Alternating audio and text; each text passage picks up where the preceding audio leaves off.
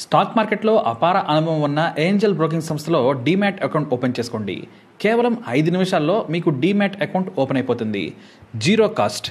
మీరు ₹1 కూడా పే చేయని అవసరం లేదు.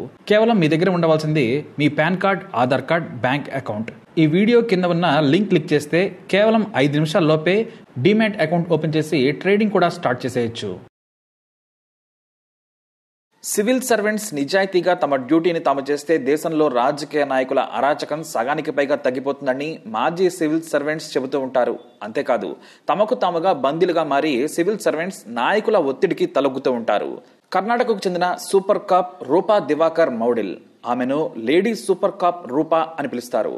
కర్ణాటకలో ఆమె పేరు చెబితే రాజకీయ నాయకులకు హడల్.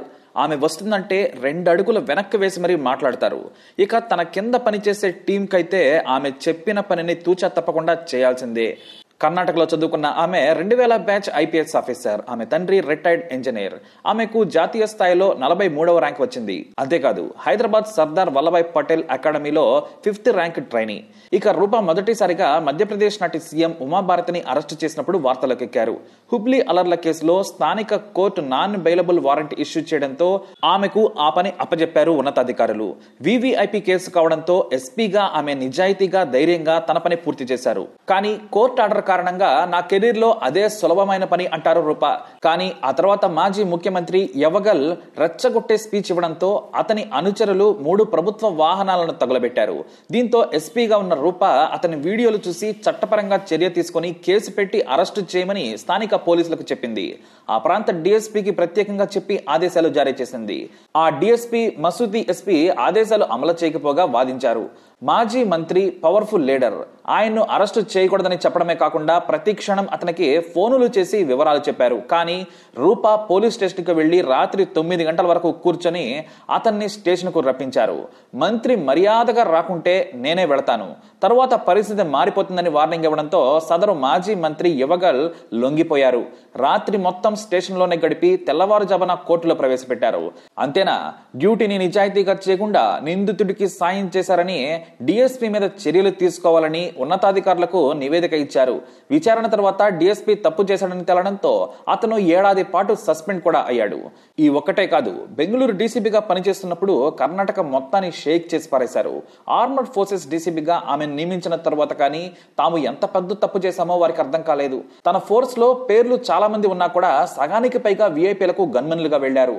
అవసరం లేకున్నా ఒక్కొక్క నేతకు స్టేటస్ కోసం 5-6 పోలీసులను గన్మెన్లుగా పెట్టుకున్నారు. దీంతో ఆమె అనవసరంగా ఉన్న వారందరినీ కూడా వెనక్కి పిలిపించేశారు. ఉన్నతాధికారులు వారించినా సరే ఎక్సెస్ గన్మెన్లు వారికెందుకు, జనం సొమ్ముతో వారికి సోకులా అంటూ 216 మంది గన్మెన్లను వెనక్కి పిలిపించారు. అంతే, నోరు తెరిచి కూడా ఏ నాయకుడు అడగలేదు. ఎందుకంటే అక్కడ ఉంది రూపా. ఈ ఇన్సిడెంట్ మాత్రమే కాదు, ఒక అధికార పార్టీ ఎమ్మెల్యే అలర్లు చేయించాడని తేలడంతో అతన్ని అరెస్టు చేయమని ఆదేశాలు ఇచ్చినందుకు ఏకంగా ప్రివిలేజ్ కమిటీ ముందుకు పిలిచి బెదిరించే ప్రయత్నం చేశారు నేతలు. కానీ చట్టం చాలా క్లియర్ గా బ్యూరోక్రాట్స్ కి భద్రత కల్పిస్తుంది. మనం భయపడాల్సిన అవసరం లేదంటారు ఆమె. నిజాయితీగా ఉన్నంత వరకు మనల్ని ఎవ్వరూ ఏమీ చేయలేరంటారు. చివరకు కర్ణాటకలో కొత్తగా ఏర్పడిన యాదిర్ జిల్లాకు ఎస్పీగా ట్రాన్స్ఫర్ చేశారు అధికారులు. అక్కడ కనీసం ఎస్పీ ఆఫీస్ కూడా సరిగ్గా లేదు. పైగా తనకు క్వార్టర్స్ కూడా లేకపోవడంతో తన భర్తకు ఇచ్చిన క్వార్టర్స్ లో ఉన్నారు. అది కూడా ఒక పల్లెటూరులో. తన కూతురు చదువును కూడా తన ఇంటికి ఆనుకొని ఉన్న ప్రభుత్వ స్కూల్లోనే 3 ఏళ్లు చదివించారు ఆమె. ఐపీఎస్ ఆఫీసర్ అయినా సరే తన కూతురు పలక పట్టుకుని కింద కూర్చొని అందరితో పాటు చదువుకుంది. ఆ స్కూల్లో కనీస వసతులు కూడా లేవు. అయినా సరే అందరి పిల్లలు తన కూతురు లాంటి వారే, అంతా సమానమే అని తన కూతురి ప్రైమరీ ఎడ్యుకేషన్ ను పల్లెటూరులోని ప్రైమరీ స్కూల్లో చదివించారు. ఇక ఈ మధ్య కాలంలో జైళ్ల శాఖ డీజీగా ఆమె వెళ్లగానే శశికళకు ఉన్న వీవీఐపీ ట్రీట్మెంట్ చూసి ఒక్కసారిగా షాక్ అయ్యారట. ఆధారాలు సేకరించి శశికళ నుంచి 2 కోట్లు తీసుకుని జైలు అధికారులు ఆమెకు వీఐపీ ట్రీట్మెంట్ ఇస్తున్నారని మీడియాకు లీక్ చేయడంతో కర్ణాటక, తమిళనాడు రాష్ట్రాలు షేక్ అయిపోయాయి. అదంతా తప్పని ఆమె మీదనే అబాండాలు వేశారు కూడా. చివరకు రిటైర్డ్ ఐఏఎస్ ఆఫీసర్ వినాయకరావు ఆధ్వర్యంలో కమిటీ విచారణ జరపగా రూపా చెప్పినవన్నీ నిజమని తేలింది. దీంతో మళ్లీ ప్రక్షాళన మొదలుపెట్టారు.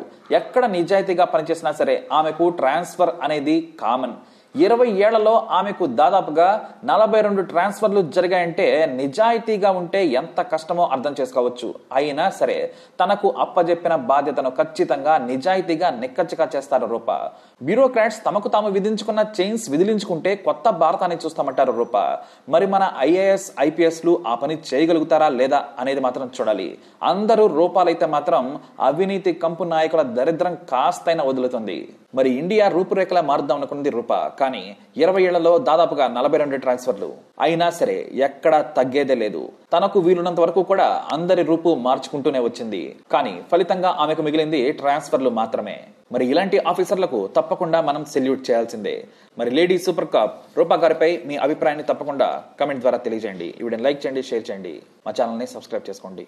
స్టాక్ మార్కెట్లో అపార అనుభవం ఉన్న ఏంజల్ బ్రోకింగ్ సంస్థలో డీమ్యాట్ అకౌంట్ ఓపెన్ చేసుకోండి. కేవలం 5 నిమిషాల్లో మీకు డీమ్యాట్ అకౌంట్ ఓపెన్ అయిపోతుంది. Zero cost. మీరు ₹1 కూడా పే చేయని అవసరం లేదు. కేవలం మీ దగ్గర ఉండవలసింది మీ PAN card, Aadhaar card, bank account.